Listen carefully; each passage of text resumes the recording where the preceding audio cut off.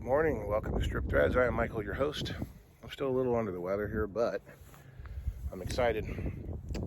So we're back out at Jim's second lot, and we couldn't get the Volkswagen Rabbit one running, but today I'm going to be getting the Corolla running. But before that, we're going to mess with this little Dodge D50 here.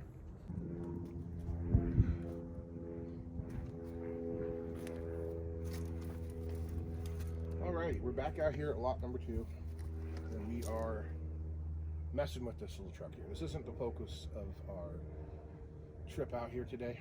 We're going to mess with the Corolla, get it going. I'll probably be buying that here later on. But I figured this thing's complete. We may as well give it a shot. If I remember correctly, I think they overheated it and locked it up. So this is probably going to be a real short thing here. Keys are missing, but I did get the ignition to turn. It's got factory AC, and it's got a fan clutch, so I can't turn the pulley without dragging a bunch of tools over here, and I'm not really interested in doing that. So I'm going to hook up the battery, go turn the key, and see if it turns over. If it turns over, then we'll mess with putting fuel in it and spark and actually seeing if it'll run. But like I said, if I remember correctly, it was an electrician that owned this thing, an electrician company that owned this thing locally here, and I think they overheated it and blew it up. Kind of a shame, because it's very straight and fairly rust-free. Okay, we've got the key buzzer going off, relays clicking. Anyway, it says it's straight and complete, and the original paint is still there, and it would actually buff out. The stripes are a bit faded. You got a little bit of a dent back there. I'll show you. From looks like a tire came off and just kind of bent the back of the bed up a little. You tied a rope on the bumper here and bent it all to hell and broke the grill. And somebody has taken the radiator. But let's turn this thing over and see if it'll turn over.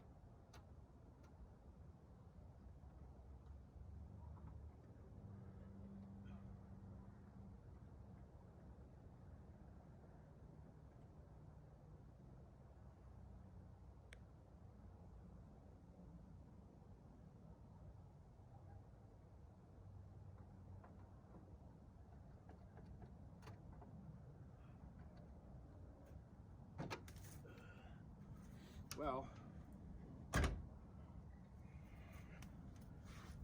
think, oh crap, I just tore my shorts. Anyway, I think, yes I did, damn, I think it is locked up.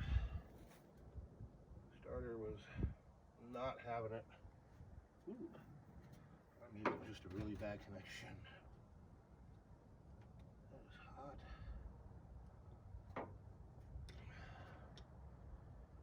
Try that hard.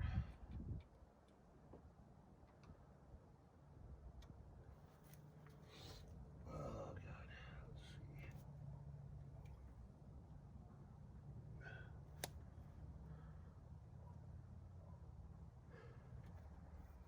see. Yeah.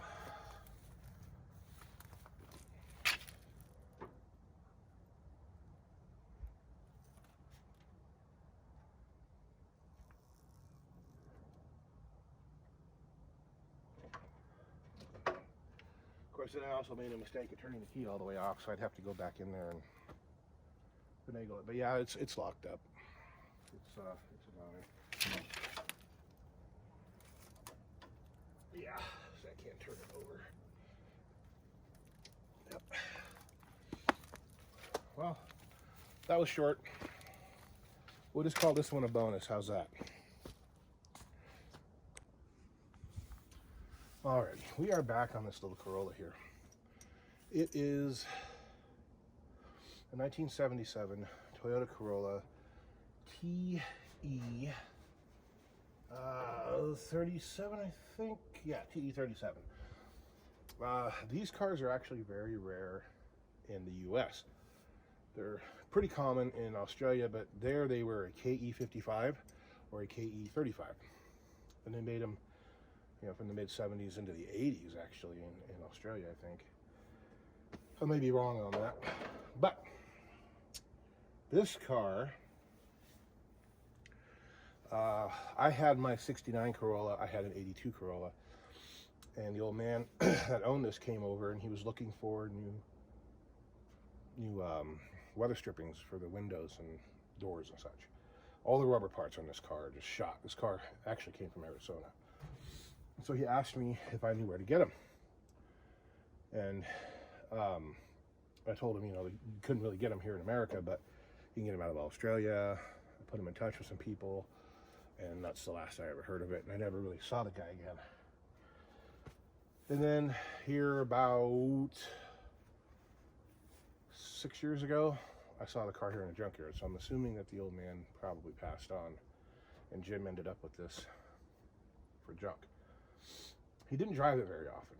Like, he lived in Arizona, he lived here. I think he just drove it when he was here. But, you know, of course, it's been sitting for like a year, so it would always take something to get going.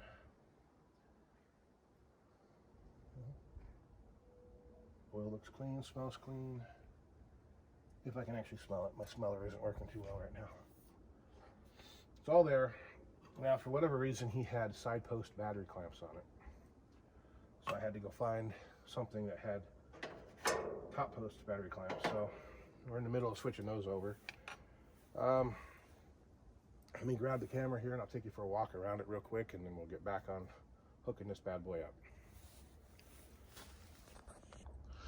Alrighty, so it's the original blue paint on it. It's pretty thin, pretty weathered, and you can see, if you look at the framework here of the hood, you see how it's detached and how it's bowed really bad in the middle. That's from little, well, that's some little bastards jumping up and down on the hood, jumping up and down on the roof, doing the damage. But at least I didn't break the windows out of it, thank God. Got a little bit of damage here. I got quite a bit more over there in the corner. That fender's actually going to have to be replaced. This one, you got a little bit of rust in the bottom corner. Got a little bit of a bend there where someone pushed on it. Doors look good. Interior, like I said, Arizona interior shot. See, the dash pad is cracked. The door panels don't look too bad, although they're pretty dry up top. Too bad the actual door panels gone. Carpeting, the floors weren't rotten in this, but they're starting to rust. You can see there. It's probably going to end up being just like the Celica, where this sealer has shrunk. That's where the rust had started in. You got a little bit of a kind of a rub mark there. Maybe just the very start of some rust there. A little ding there. There might be something here, or this is probably just from the weeds. Yeah, there's something right here.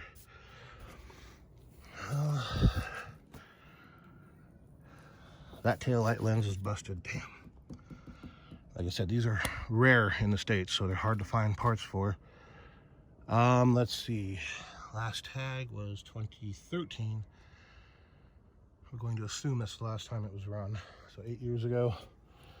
Already knocked the dent out of this side of the roof. We gotta knock that one out. This is a J.C. Whitney accessory. Oh, it's real hard to get to the other side. Let's see. With all this stuff in the way. You gotta climb over things. Let's see.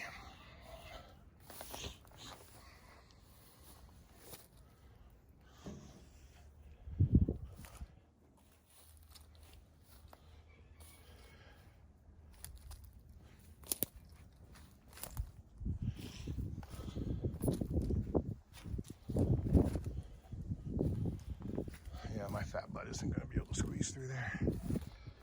Oh. I don't know if you can see that fender very well from here. You can see up here in the front corners, kind of bent up. And then it looks like the door's got like a scrape in it there, maybe. It really isn't bad. So, what we're gonna do right now, let me show you up close. I wanted to show you guys what's going on here, so as I got over here. So none of this damage, I don't think, was caused by this. I think it was already there. Maybe it wasn't, I don't know. So you got that, you got this here, a little bit down low, and then you got some rust starting in. The door has pinched the fender. You can see the rockers are solid.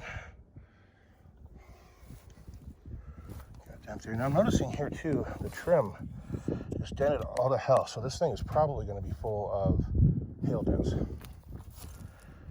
We'll find out. Got a bit of a scrapey damage right there, and a little bit of rust starting there. Pinto hubcaps, and I gotta knock these dents out here. So that's it. Alrighty. So we need to change this clamp. We just need to put those two eyelets on the bolt there. Oil's good. I've got some Marvel Mystery Oil and some gas. I got some starting fluid. So we'll, here's our battery. Bolts. We will check this guy out. I gotta find the keys too. They were inside of it. I don't know where they're at now. Looks like a mouse has gotten inside here, but it doesn't look bad besides that.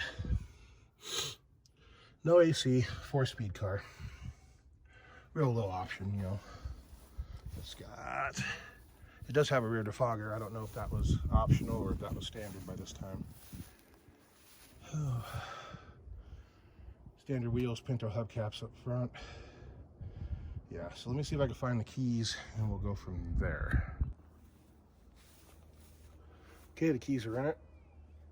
I'm gonna go ahead and hook this guy up here, and then we will check and see what it does. I think the key's actually on right now, as a matter of fact, so it's probably gonna click and pop and make all kinds of things saying, hey, you got something turned on here. So let's see. Yep, there's the door chime. Probably carburetor, relay.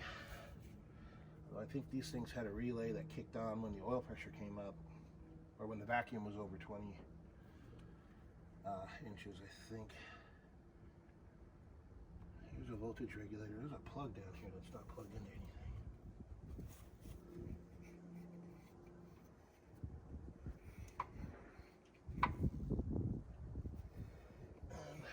Sure, it goes to the alternator, because I don't see anything going into the alternator plug wise.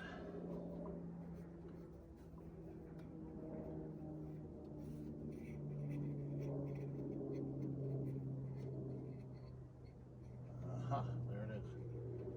Plug that guy back in.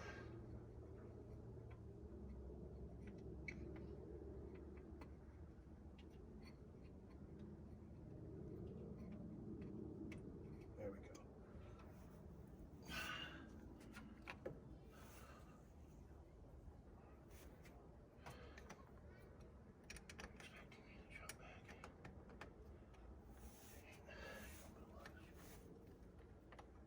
Okay, so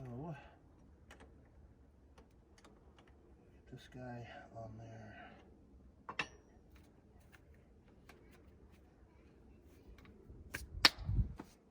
Okay, so that's connected. It's got power. I want to disconnect the fuel line from the carburetor. Let's see here. Where is fuel pump?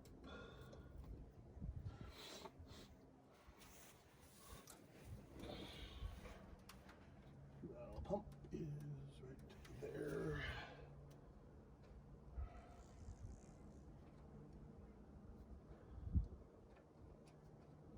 Did not bring pliers over here with me at this point.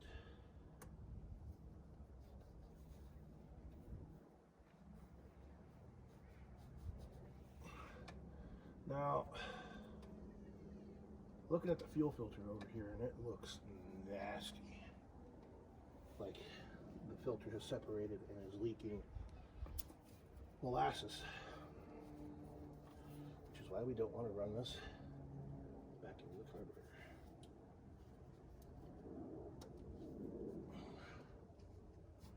We want this to go away.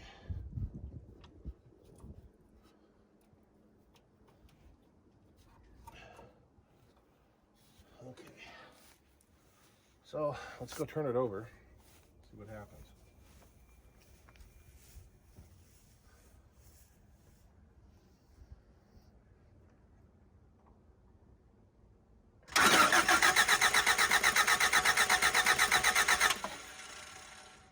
Well, as you can hear, compare this one to the Volkswagen diesel.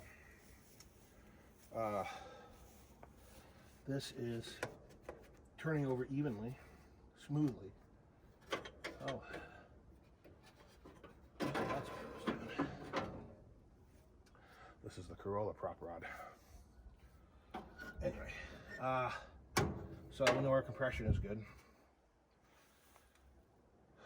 So I think now I will spray some starting fluid on it. This thing, I'm not going to pull the distributor cap off just yet, but I'll bet it's going to be just like the Celica. It's going to use points to trigger that igniter box over there. I don't even know if you guys can see that. Yeah, you can see it. Okay. So instead of using a Hall effect in here, it's going to use points, just like the Celica.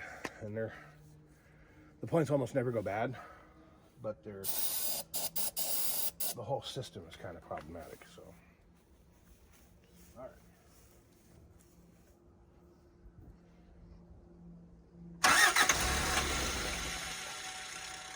There you have it. Will it run? Yes, it will run.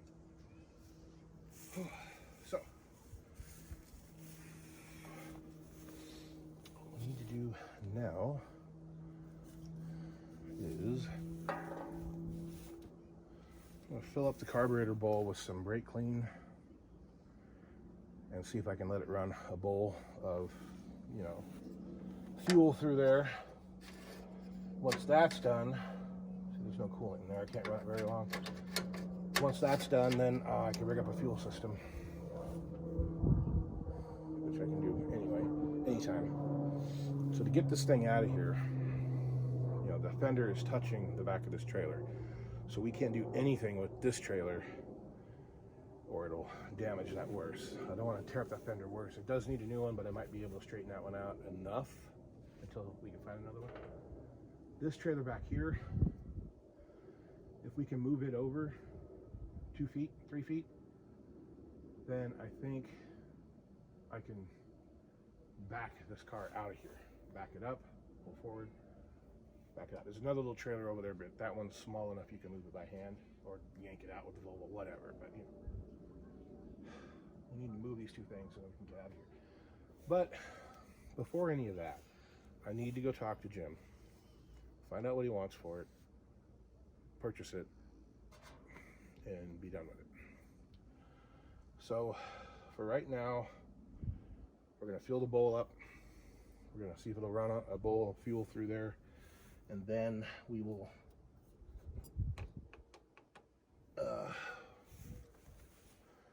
we probably won't rig up a fuel system just yet. Not until I find out whether or not we're even going to be able to buy this, but there you go. So I'll let you guys know in the video whether or not it's available for sale or whether or not I got it. Sit tight, I'll be right back.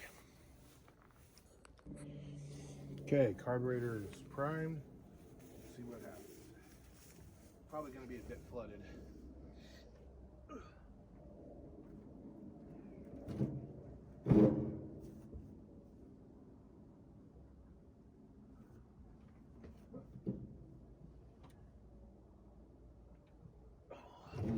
Guess it would help if I hook the battery back up.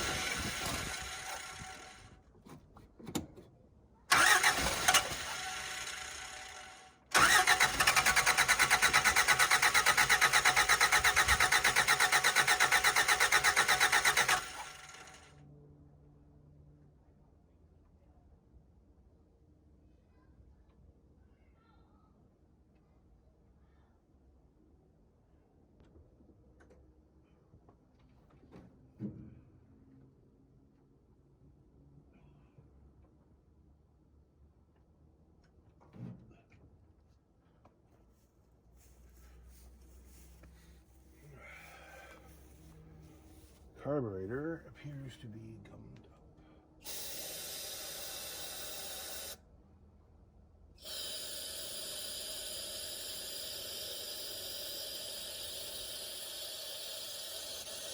Which should be no surprise. We still have no fuel coming out of the fuel outlet, so that tells me that either everything has turned to molasses and is completely plugged up, the fuel pump diaphragm is bad. Could be any one of those things.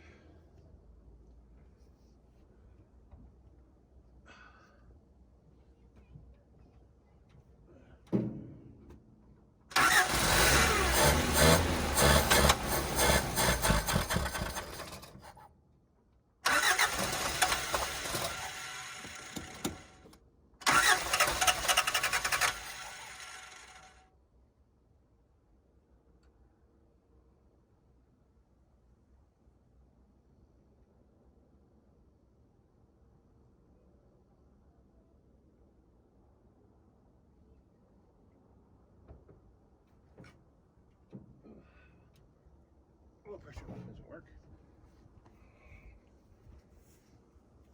Could be a lot of things. This is actually a 76. I thought it was a 77.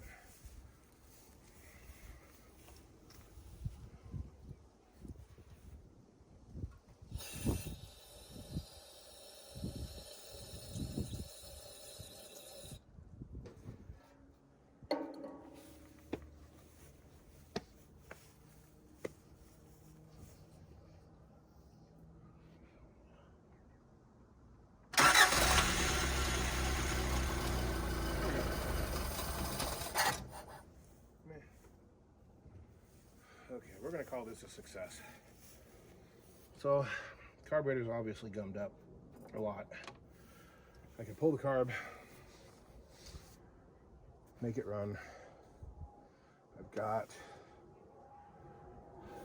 Weber's. This one actually uses a cable. It doesn't use a belt crank like the Celica does. So, I've got an adapter and I've got a Weber. I can convert this thing over here, make it run, drive it home. Hey, there's an idea.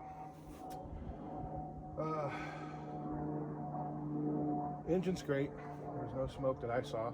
I'll have to look back at the camera and see if anything else popped up. No knocking, no ticking, no weirdness. I got no fuel out of that line. I couldn't get the gas cap off the other day. I wasn't really trying very hard, but we'll go check that out and see how sour the gas tastes. But like I said, I still need to make a deal on this one. Like I need another car, like I need a hole in my head, but this will be for Luke anyway, so we can keep him focused and keep him working on it. That'll be cool. Throw that seat back on the inside so it's not out here getting further destroyed. to go home and take some meds and relax. And, call it a day. So that's where we're at. We got a Volkswagen Rabbit that kind of tried to start, but not really. We've got a Dodge D50, little Mitsubishi Mighty Max truck that was locked up solid, seized up, I should say, from lack of coolant, oil, whatever. And then we got a Corolla that fired right up immediately. And just needs to be button. So we're not done out here. I mean, we're done for today, but we're not done out here anyway. Out of all the cars you guys saw in the second yard video, which other ones would you like to see us try to get started? I mean, my old Comet over there, I can try to get it fired off. My old Dodge, I can try to get it fired off. You know, there's all kinds of stuff. The old Tempest over there, I never got it to actually start. I had it doing about the same thing that the Volkswagen was doing, where it was trying to catch but not quite. We can work on that. I can throw a set of points and condenser in it and a set of plugs and see if it'll actually fire. Spend a little more time on that one than we have on these two. But yeah, let me know in the comments if there's anything else you guys want to see us try to get started out here at this yard. But that's it for this video. If you like what you see, hit the like button, maybe subscribe for other trips, other adventures. Again, we'll be going back out to the farm at some point when the weeds are down, walking around. That way you guys can get a real good look at what's out there, but that'll probably be in the springtime. But that's it for today. We'll catch you on the next one.